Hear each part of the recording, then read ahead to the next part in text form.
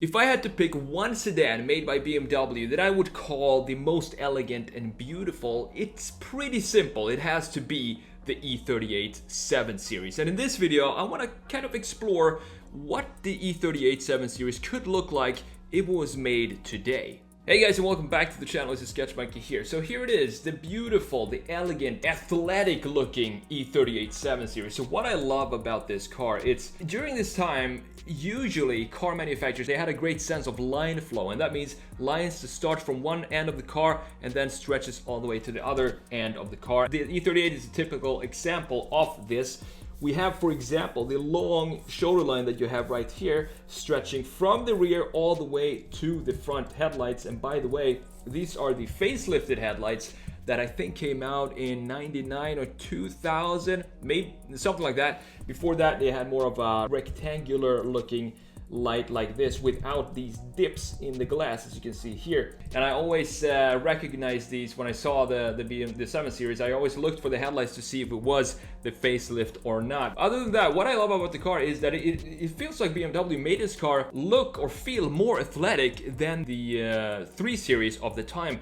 It just feels nimble. It doesn't feel like a big saloon car that it turned into today. I want to translate some of that nimbleness onto the body of today's 7 Series. So let's have a look at the 7 Series from today here. We can see that it is a lot going on here in the front, specifically with these kidneys that everybody talks about these days when it comes to BMW. And personally, I just think these are way too big of a graphic feature in the front of the BMW 7 Series. It just doesn't look good, and it doesn't play well with the rest of the graphic parts in the front. For example, the headlight, they feel like they're just tiny little dots here in comparison to the grills. And the headlights, to me, in a BMW they're the eyes of the car, and they're so important on a BMW because that creates this facial expression that every BMW has up until this point right here, where the nose start to grow bigger and the lights just always start to go smaller and smaller with each generation of new cars that BMW makes.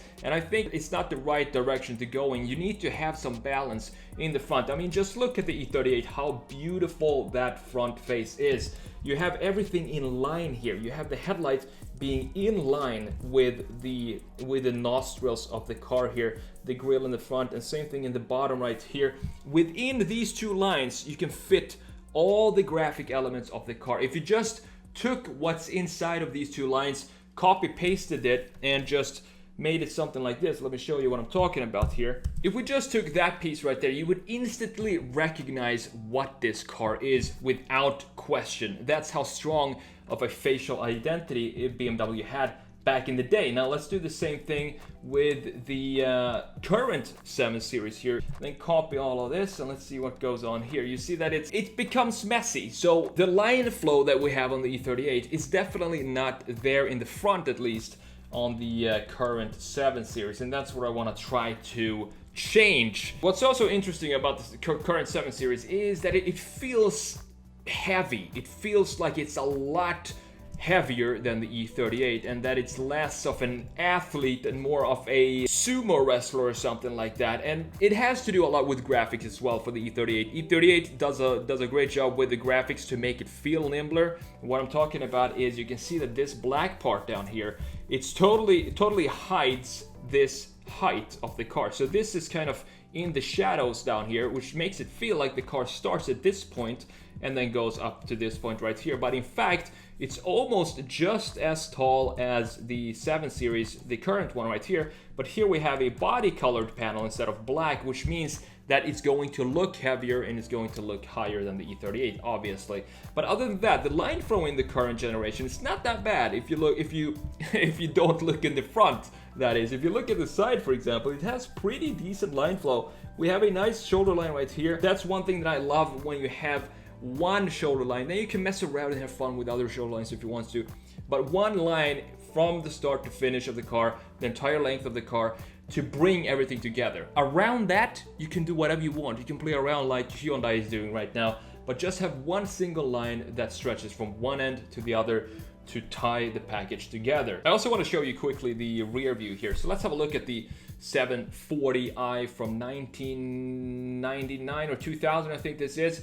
And you can see still, one thing that I want to highlight here is the treatment of the rear trunk. So in the E38, you have a very defined trunk. It's almost stretching out almost 90 degrees from the C-pillar. That is also very defined right here, as you can see. The trunk kind of extrudes from that part at a continuous angle. No curvatures or no coupe-like integration with the C-pillar. And look at the current 7 Series, you can see that we have an angle here going up. It goes up into the C-pillar, and then the C-pillar itself, it has some interesting styling features to it. This crease right here, for example, and the thickness is very irregular as well, and a lot more curvature to this than we have in the clearly defined shape of the traditional E38 BMW. So that's another thing. I want to work a little bit on the rear end as well, which you're going to see in the redesign, where we're going to jump into and do right now. So the biggest problem for me when it comes to the new 7 Series is the front end. I think that's what a lot of people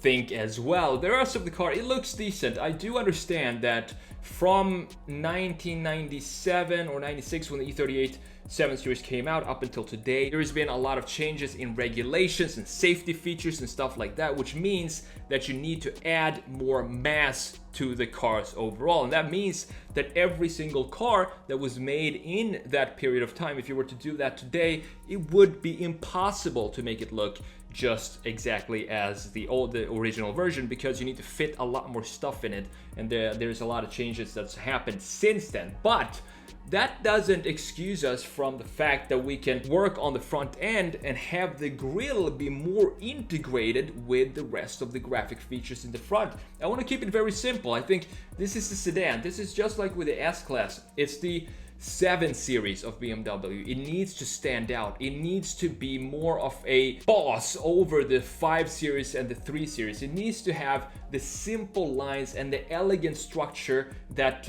might be lacking in the 5 and 3 Series, because designers can have more fun with 3 and 5 Series. They're not as serious as the 7 Series, but the 7 Series, to me, it needs to be almost like a architectural approach to the design, and that's what I want to try and have here. So more specifically, have it be more in line with the headlights and the grille, have those parts play better together and have it be more horizontal. Also, with the lower part of the front end, I want to add a simple straight bar that is the air intake of the lower part of the car. Other than that, really the changes that I wanted to make here is also to the rear end.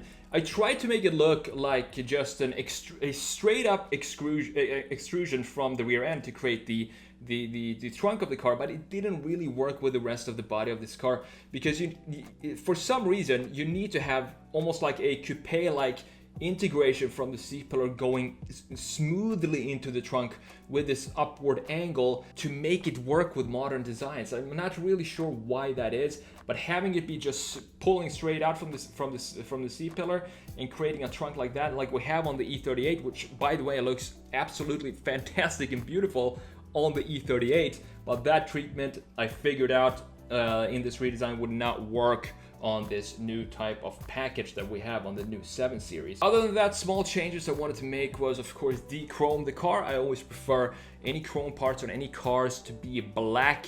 Chrome is not something I'm a fan of. It doesn't matter really what type of car it is, unless it's an old 60s muscle car, for example. If it's an old 60s Chevelle, you need to have some chrome on there. It looks good. Or a 67 fastback Mustang, which is my favorite muscle car of all time. The rear end, one of the most beautiful rear ends of all time. If you have those kind of cars, you can have a little bit of chrome here and there. But on this 7 Series, if it was my 7 Series, I would choose whatever shadow black package they have to de-chrome the entire car, and that's what I'm doing right here in this redesign as well. So those are the changes that I wanted to make to the 7 Series. Make it more like an E38, a modern version of the E38 7 Series, which I said is, to me, the most beautiful sedan BMW has ever made. It's almost a genius approach to how they can make such a huge car look so nimble and so light on its feet. It's amazing.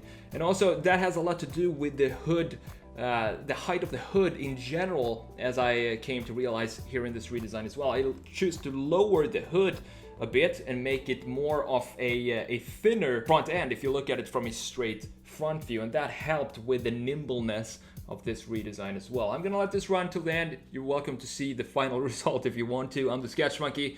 Thank you so much for watching. I hope to see you in the next one. Take care.